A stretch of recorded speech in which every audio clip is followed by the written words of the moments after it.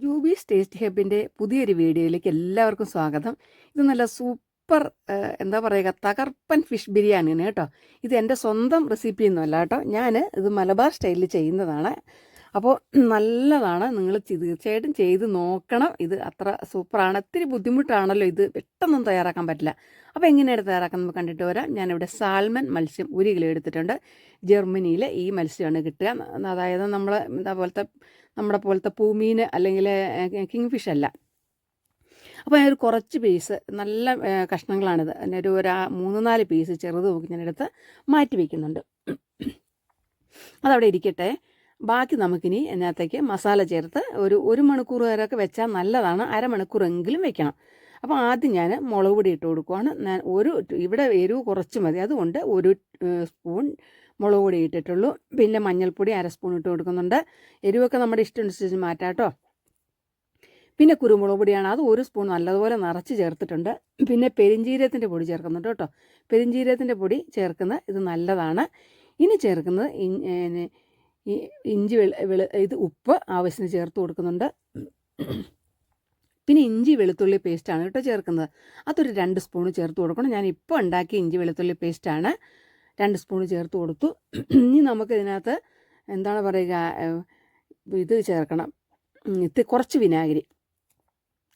ഒരു table spoon വിനാഗിരിയൊക്കെ മതി. അതും കൂടെ ഒഴിച്ചു കൊടുത്തു. ഇനി നമുക്ക് ഇതിന് ഇത്തിരി നാരങ്ങ നീരും കൂടെ, ഒരു പകുതി നാരങ്ങയുടെ നീരും കൂടെ ഞാൻ ചേർത്ത് കൊടുക്കുന്നുണ്ട്. ഇനി മിക്സ് ചെയ്യണം. അപ്പോൾ ഇനി കോൺഫ്ലവർ ചേർക്കാനുണ്ട് കേട്ടോ. അത് ഞാൻ പെട്ടെന്ന് വിട്ടുപോയി. അപ്പോൾ ആ കോൺഫ്ലവറും കൂടെ എടുത്ത് നമുക്ക് ഒരു ടേബിൾ സ്പൂൺ ചേർത്താൽ മതി. അത് ചേർത്ത് കഴിയുമ്പം എന്താ പറയുക, മീൻ പൊരിച്ച് കഴിയുമ്പോൾ നല്ല ഒരു ഭംഗിയും ഒക്കെ കാണും. അപ്പോൾ അതും കൂടെ നമുക്ക്, ഞാൻ പറഞ്ഞില്ല വിട്ടുപോയായിരുന്നു, അതും കൂടെ ഇപ്പോൾ ചേർത്ത് കൊടുക്കുവാണേ. അപ്പോൾ അതും കൂടെ ചേർത്ത് കൊടുത്തിട്ട് നമ്മുടെ മീൻ അവിടെ ഇരിക്കട്ടെ. ഞാൻ പറഞ്ഞല്ലോ 1 മണിക്കൂർ വയ്ക്കുക. ഫ്രിഡ്ജിൽ വെച്ചാൽ ഒന്നുകൂടെ നല്ലതാണ്. മീനൊക്കെ വറക്കുമ്പോൾ പൊടിഞ്ഞു പോകാതെയൊക്കെ ഇരിക്കും. അപ്പോൾ അത് മാറ്റി വെച്ചിട്ടുണ്ട്. ഇനി നമുക്ക് പൊരിക്കാനായിട്ട് എണ്ണ അടുപ്പത്ത് വെച്ചിട്ടുണ്ട്. എണ്ണ നന്നായിട്ട് ചൂടായ ശേഷം മാത്രമേ മീനിട്ട് കൊടുക്കാവുള്ളൂ. അപ്പോൾ നമ്മൾ മീൻ ഇതിലേക്ക് നിരത്തി വയ്ക്കുക. ഇത് വെളിച്ചെണ്ണയിൽ ചേർക്കാം. ഇവിടെ നല്ല സൺഫ്ലവർ ഓയിൽ കിട്ടും കേട്ടോ. ഞാൻ ഇവിടെ അതിലാണ് ചെയ്യുന്നത്. അപ്പോൾ മീനൊക്കെ നന്നായിട്ട് നമ്മൾ ഇട്ട് കൊടുക്കുമ്പോൾ നല്ല തിളച്ച എണ്ണയായിരിക്കണം. അത് കുറച്ച് കഴിയുമ്പോൾ തീ കുറച്ചിട്ടിട്ട് വേണം പൊരിക്കാനായിട്ട്. കരിഞ്ഞു പോകരുത്. ഇതിപ്പോൾ നമ്മുടെ കോൺഫ്ലവറൊക്കെ ഉള്ളതുകൊണ്ടാട്ടോ ഇത് കരിഞ്ഞിട്ടൊന്നുമില്ല. അതിൻ്റെ ഒരു കളറാണ് വന്നിരിക്കുന്നത്. നല്ലൊരു റെഡിഷ് കളറായിട്ടുണ്ട്. ഇങ്ങനെയൊന്ന് മറിച്ചിട്ട് കൊടുക്കണം. 2 വശവും ഇതുപോലെ ആയിക്കഴിയുമ്പോൾ നമ്മൾക്ക് പാത്രത്തിലേക്ക് വേറൊരു പ്ലേറ്റിലേക്ക് കോരി മാറ്റാം കേട്ടോ. അപ്പോൾ എല്ലാം മറിച്ചിട്ട് കൊടുത്തിട്ടുണ്ട്. അപ്പോൾ ഒരു 5 മിനിറ്റും കൂടെ ഇതിനകത്ത് കിടക്കട്ടെ. ചെറിയ തീയിൽ വേണം ഇടാനായിട്ട്. അപ്പോൾ ഒരിക്കലെങ്കിലും നിങ്ങൾ ഈ ബിരിയാണി ഒന്ന് വെച്ച് നോക്കണേ. നിങ്ങൾക്ക് എല്ലാവർക്കും ഇഷ്ടപ്പെടും. എല്ലാവർക്കും വലിയ ഇഷ്ടപ്പെട്ടു ഈ ബിരിയാണി ഉണ്ടാക്കിയിട്ട്. അപ്പോൾ മീൻ മൂത്തിട്ടുണ്ട്. അത് നമ്മളിത് കോരി മാറ്റി വയ്ക്കുവാണ്. അപ്പോൾ ബാക്കിയുള്ള മീനും കൂടെ ഇതുപോലെ ഇട്ട് പൊരിച്ചെടുക്കണേ. അപ്പോൾ ഞാൻ ഇതിന് 4 ഫുൾ കപ്പ് അരിയാണ് കേട്ടോ. ജീരകശാല അരി കഴുകി നന്നായിട്ട് 4-5 തവണ കഴുകിയിട്ട് വെള്ളം ഒഴിച്ചിട്ടിട്ടുണ്ട്. ഒരു 20 മുതൽ 30 മിനിറ്റ് വരെ അത് കുതിർന്നിട്ട് ഞാൻ വാരി വെച്ചിട്ടാണ് ഉണ്ടാക്കാൻ പോകുന്നത് കേട്ടോ. അത് നമ്മൾ നേരത്തെ ചെയ്യണം. അപ്പോൾ ഇതെല്ലാം മീനെല്ലാം നമ്മൾ കോരിയെടുത്തു. ബാക്കി ഞാൻ പറഞ്ഞല്ലോ, ബാക്കിയും കൂടെ ഇട്ട് കൊടുക്കുന്നുണ്ട്. അപ്പോൾ അരിയൊന്നും കഴുകുമായിരുന്നു നിങ്ങളെ കാണിച്ചിട്ടില്ല കേട്ടോ. അതൊന്നും നമുക്ക് എല്ലാവർക്കും അറിയാവുന്ന, ബിരിയാണി വെക്കുന്നവർക്കെല്ലാം അറിയാവുന്നതല്ലേ. അപ്പോൾ ഈ എണ്ണയിൽ എന്തെങ്കിലും പൊടികളൊക്കെ ഉണ്ടെങ്കിൽ അത് മാറ്റണം. ഇതിനകത്ത് ഇപ്പോൾ ഒന്നും ഇല്ലാത്തതുകൊണ്ട് ഞാൻ ഈ എണ്ണയിൽ തന്നെ, അല്ലെങ്കിൽ അരിച്ചെടുക്കണം കേട്ടോ. ഒന്നും ഇല്ലാത്തതുകൊണ്ട് ഞാൻ ഇതിനകത്തേക്ക് 4 സവോള അരിഞ്ഞത് ചേർത്ത് കൊടുക്കുന്നുണ്ട്. 4 സവോള എടുത്തിട്ടുണ്ട് കേട്ടോ. മീഡിയം സൈസ് 4 സവോള. നമ്മുടെ 4 കപ്പ് അരിയാണ് വെക്കുന്നത്. ഇത് ഞാൻ പറഞ്ഞു, ഇപ്പോൾ 2ാമത്തെ സ്റ്റെപ്പ് തുടങ്ങുവാണ്. ആദ്യത്തെ സ്റ്റെപ്പ് കഴിഞ്ഞു. ഇനി ഇതിനകത്തേക്ക് ഒരല്പം ഉപ്പിട്ട് കൊടുത്തു. അതിനെ അറിയാമല്ലോ, സവോള നമ്മളൊന്ന് വഴറ്റിയെടുക്കണം എന്ന് പറഞ്ഞിട്ട് ഒത്തിരി ഒന്നും വഴറ്റേണ്ട ആവശ്യമില്ല കേട്ടോ. കുറച്ച് കളറൊക്കെ ജസ്റ്റ് ഒന്ന് മാറി വന്നാൽ മതി. നമ്മൾ ഇതിനകത്തേക്ക് ഇഞ്ചി വെളുത്തുള്ളി പേസ്റ്റ് 2 സ്പൂൺ ചേർത്ത് കൊടുത്തിട്ടുണ്ട്. ബിരിയാണി മസാലപ്പൊടി ഉണ്ടെങ്കിൽ അതും കൂടെ ചേർക്കണം കേട്ടോ. ഇത് മുളകാണ്. ഇത് പച്ചമുളക് ഞാനൊന്ന് ചതച്ചെടുത്തതാണ്. ഞാനൊരു സ്പൂണേ ചേർത്തിട്ടുള്ളൂ. നിങ്ങൾക്ക് എരിവ് കൂടുതൽ വേണമെങ്കിൽ എരിവ് കൂടുതൽ ചേർക്കുക.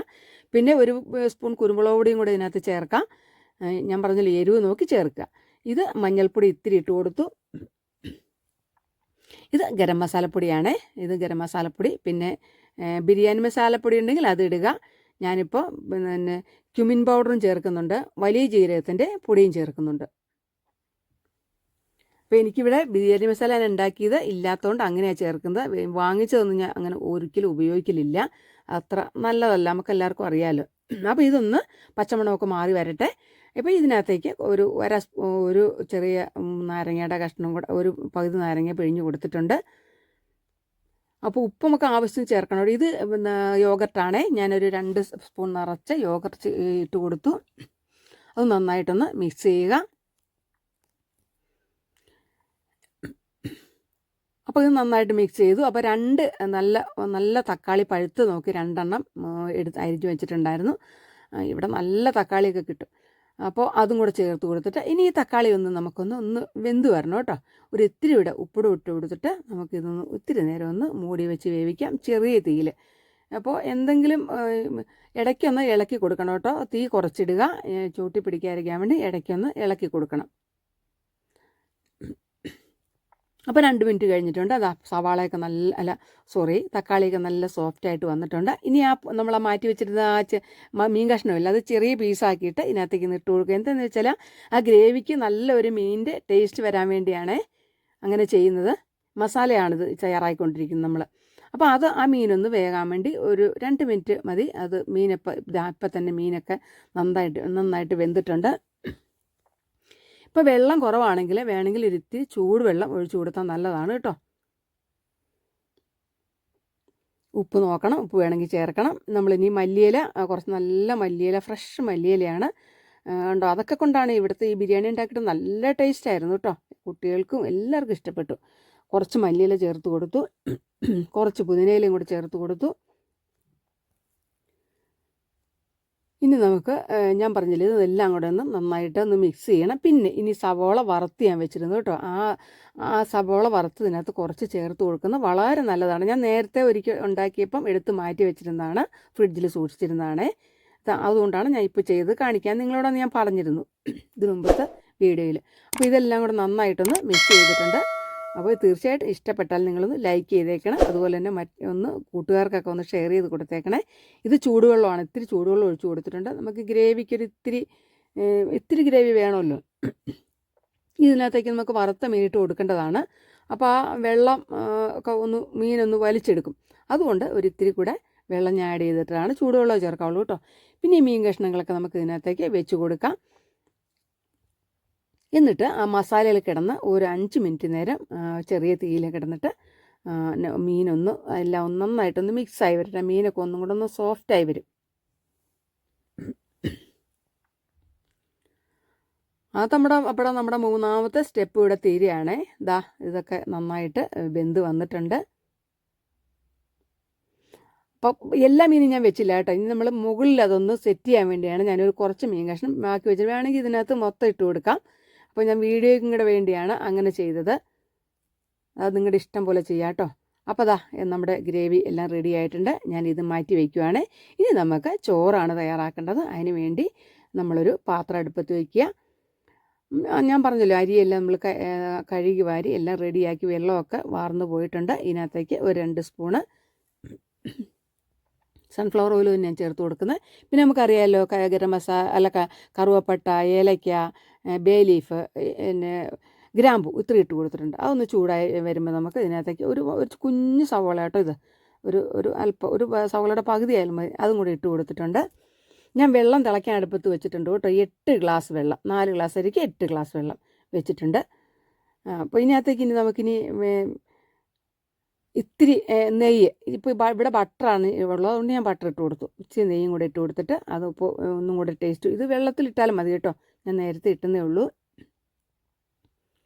അപ്പോൾ ഞാൻ പറഞ്ഞല്ലോ, നമ്മുടെ 8 ഗ്ലാസ് വെള്ളം, 4 കപ്പ് അരിക്ക് 8 കപ്പ് വെള്ളം തിളച്ചിരിപ്പുണ്ടായിരുന്നു, അത് ഒഴിച്ചു കൊടുക്കുന്നുണ്ട്.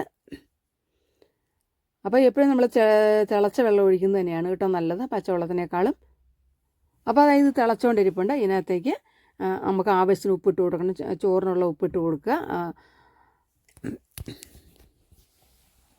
പിന്നെ ഇനി നമുക്ക് ഇതിനകത്ത് ഇച്ചിരി ഇഞ്ചി വെളുത്തുള്ളി പേസ്റ്റ് ചേർത്ത് കൊടുക്കാം. വേണമെന്നുള്ളവർക്ക് ഇത്തിരി പച്ചമുളക് വേണമെങ്കിൽ ഒരെണ്ണമായിട്ട് ചതച്ചിട്ട് കൊടുക്കാം, ഞാൻ ചേർക്കുന്നില്ല.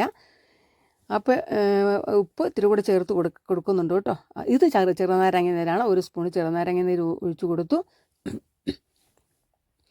അപ്പോൾ ഇനി നമുക്ക് ഞാൻ പറഞ്ഞില്ലേ കഴുകി വാരി വെച്ചിരുന്ന അരി ഇട്ട് കൊടുക്കാം.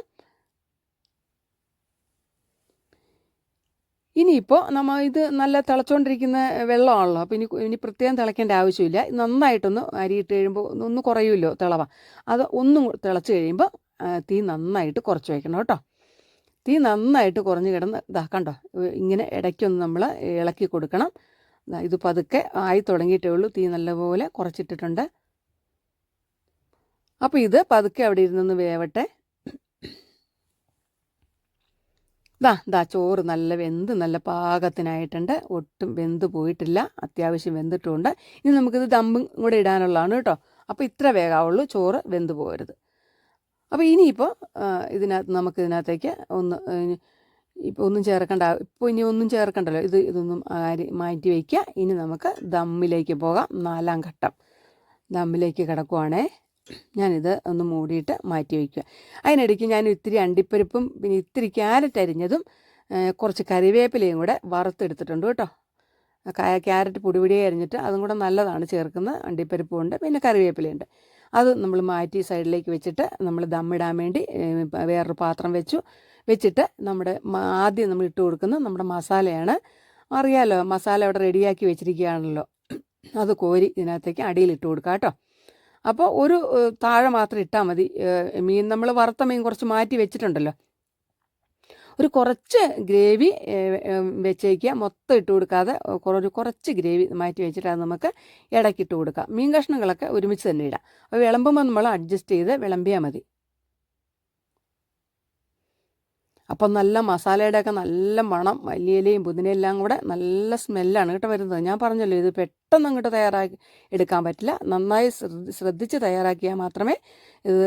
അപ്പോൾ വീഡിയോ ഇത്തിരി ദീർഘിച്ചിട്ടുണ്ട്, പറഞ്ഞിട്ട് കാര്യമില്ല, നമുക്കങ്ങനെ ചെയ്യാൻ പറ്റുള്ളൂ. അപ്പോൾ നമുക്കിനി ഇതിനകത്തേക്ക് ചോറിട്ട് കൊടുക്കുവാണ്.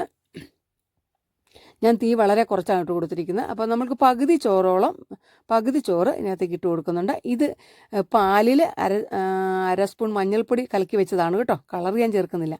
അത് ഇത്തിരി ഒഴിച്ചു കൊടുത്തു. പിന്നെ ഇത്തിരി മല്ലിയില പുതിനയില ഇത്തിരി വെതറി കൊടുത്തു, അതൊക്കെ കുറച്ച് മതി. പിന്നെ നമ്മൾ ആ ഗ്രേവി ഞാൻ പറഞ്ഞില്ലേ മാറ്റി വെച്ചിട്ടുണ്ടെന്ന്, അതും കൂടെ ഇതിനകത്തേക്ക് ഇട്ട് കൊടുക്കാം. പിന്നെ നമുക്ക് വറുത്ത് വെച്ചിരുന്ന ആ സാധനങ്ങളും കൂടെ ഇങ്ങോട്ട് ഇട്ട് കൊടുക്കാം. ഇനി നമുക്ക് ഇത്തിരി നെയ്യ് ഇതിനകത്ത്, അതായത് ഒരു കുഴി, ഇത് ബട്ടറാണ് ഇവിടെയുള്ളത്, ഞാൻ ബട്ടർ നെയ്യ് ആയാലും കുഴപ്പമില്ല. അപ്പോൾ അതൊക്കെ ഒരു 5-6 സ്ഥലത്തായിട്ട് അത് ഇട്ട് കൊടുക്കുക. അപ്പോൾ ചൂട് കൊണ്ട് അത് ഉരുകിപ്പോക്കുള്ളൂ. അത് മൊത്തം ഗ്രേവി നമ്മൾ ഒഴിച്ചു കൊടുത്തു. ഇനി ബാക്കി ചോറും കൂടെ ഇട്ട് കൊടുക്കാം. അതുപോലെ തന്നെ നമ്മൾ അതിൻ്റെ മുകളിൽ അല്പം മഞ്ഞൾപ്പൊടി പാലും കൂടെ മിക്സ് ചെയ്ത് വെച്ചിരിക്കുന്നു, അത് ഒഴിച്ചു കൊടുക്കണം. പിന്നെ ഇത്തിരി മല്ലിയിലയും ഒക്കെ ഇട്ട് കൊടുത്തിട്ട്,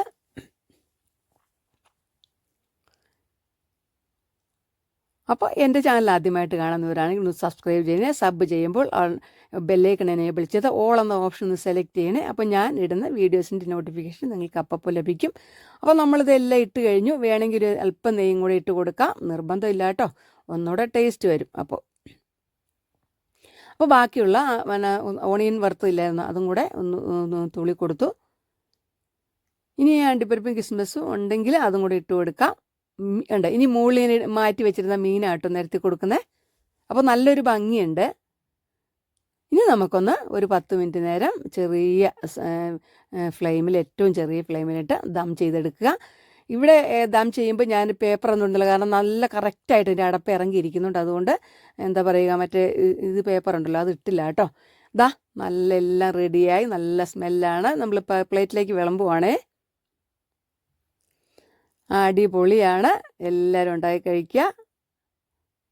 അപ്പോൾ അടുത്ത നല്ലൊരു വീഡിയോയിൽ നമുക്ക് വീണ്ടും കാണുന്നവരെ എല്ലാവർക്കും ഗുഡ് ബൈ. വീട്ടുകാരോ അല്ലെങ്കിൽ നമുക്ക് ഫങ്ഷൻസോ എപ്പോൾ വേണമെങ്കിലും നമുക്ക് ഉണ്ടാക്കിയെടുക്കാം. അവധി ദിവസങ്ങളിലൊക്കെ ചെയ്യാവുന്ന നല്ലൊരു ബിരിയാണിയാണ്.